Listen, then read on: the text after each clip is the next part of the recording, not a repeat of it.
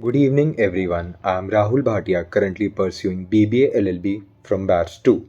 Today, I'll be discussing one of the challenges faced by third party arbitration funding, that is, confidentiality in international commercial arbitration. That, whether is it a truth or fiction?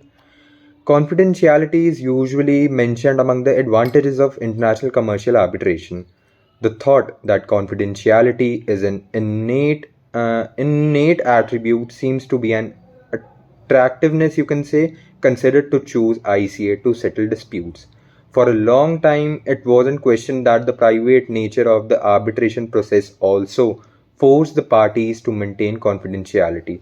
But however, since certain judgments were issued in countries from the mid 1980s, I would say, that held that confidentiality was not an essential attribute of arbitration. Second, again, one important judgment was there that which held that there was no general principle of confidentiality. Now, when reviewing the comparative law, it is noted that there is no uniform approach on subject, but instead we would say I would say significant differences, since many national legislations do not I would say repudiate confidentiality at all, but diversity is so great that even when but diversity is so great where it is recognized that there are huge differences about its content and scope.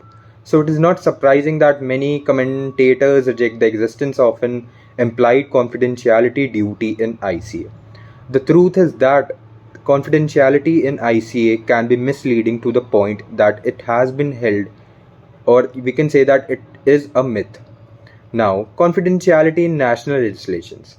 Confidentiality in ICA is not protected in most countries, which may be due to the fact that the unilateral model law on ICA, followed in whole or in part by many countries, contains no provision in this regard. In contrast, the laws of New Zealand and Scotland and Australia have meticulous regulations on confidentiality. The situation varies among the countries, I would say, usually chosen as ICA seats.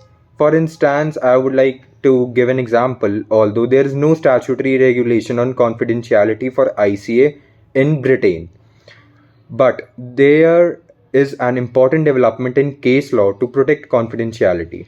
Like in the US, the Federal Arbitration Act and the Uniform Arbitration Act, adopted as a model by most states, do not impose confidentiality requirements. In France, a legal amendment of 2011 established the duty of confidentiality for domestic arbitration but not for ICA unless the parties have agreed to it.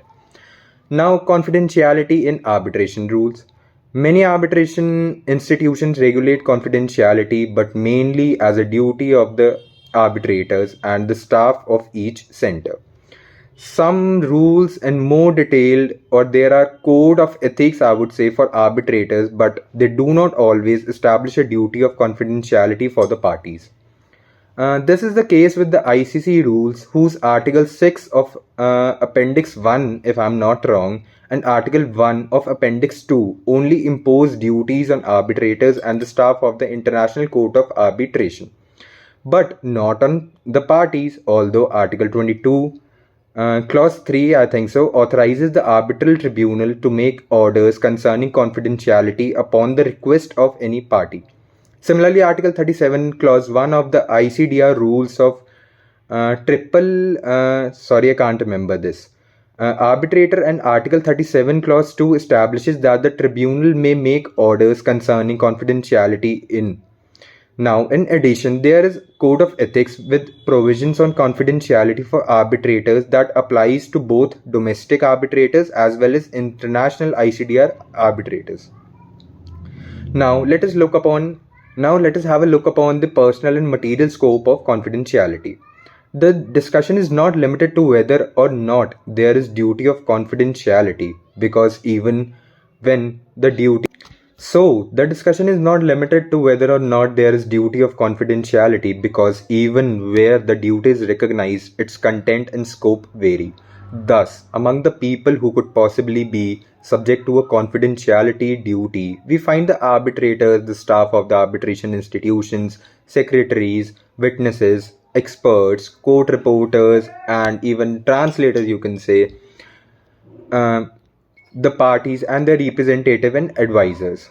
The material scope could cover from the fact of very existence of the arbitration to the pleadings and memorials of the parties, the documents produced or other evidence such as witness statements or expert reports, the award and other arbitration decisions, as well as information contained in such filings. Now, the information contained in the arbitration filings can be critical since it can be, for example, sensitive commercial information such as profit margins, production costs, pricing policies, you can say know-how or trade secrets, the discourage of which could harm one or both the parties involved in an international commercial arbitration. It could also expose the financial situation of a company or the existence of a defective product, situations that could compromise the image of a company in front of the public and favor competitors. Now let us have a look upon the absolute confidentiality that where I would suggest that it does not exist, to be honest. Now, but there are some exceptions like a request for annulment or the request for recognition and enforcement of an award issued in an ICA are legal actions processed in courts, and in such cases, the confidentiality, if any, has to yield and the award and all information contained therein because become public, I would say. Something similar happens if judicial assistance is required to request or enforce interim injunctions in an ICA. These situations are called natural exceptions to confidentiality.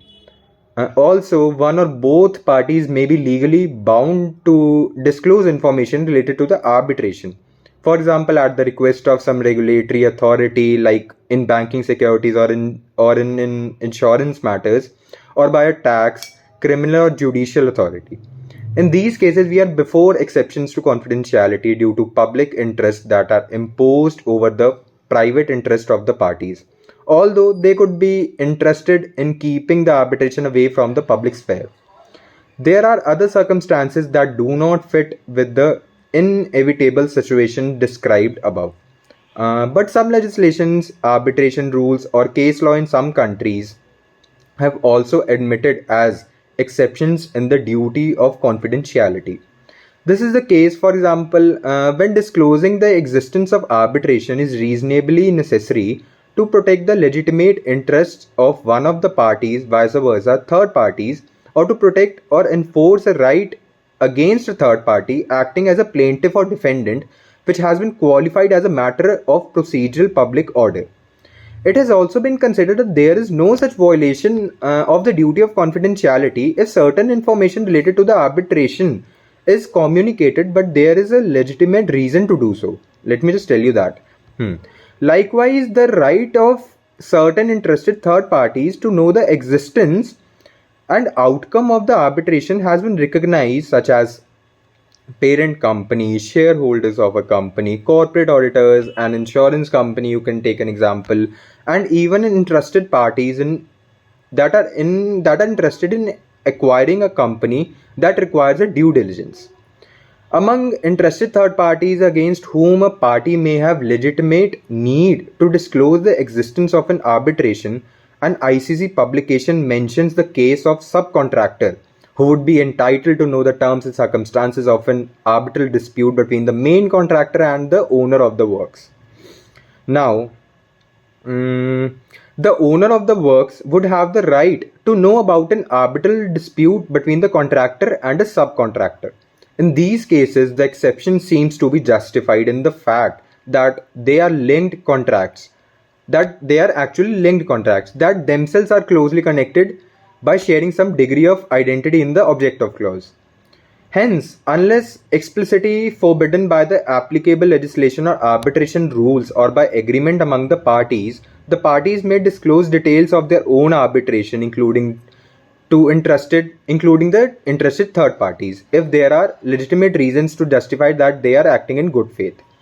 Now there are some recommendations, and with this I would like to conclude by saying that in matters of confidentiality, the only thing that tends to be recognized almost anonymously, I would say, in national legislations or in the arbitration rules regarding ICA is the duty of confidentiality of the arbitrators in the performance of their tasks, but not of the parties or the other people involved in the arbitration proceedings.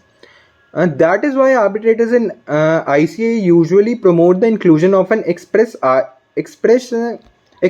agreement about confidentiality among the parties when establishing the basis of the arbitration procedure, commonly called the terms of reference.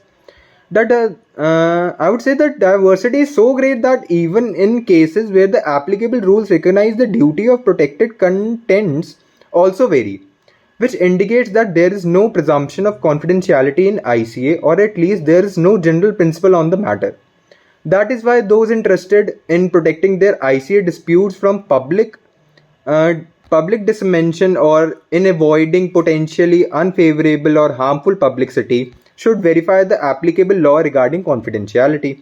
Since depending on the circumstances of each case and the agreement entered into by the parties, it could be the law applicable to the arbitration agreement itself, na? The law of the contract or the law of seat of arbitration.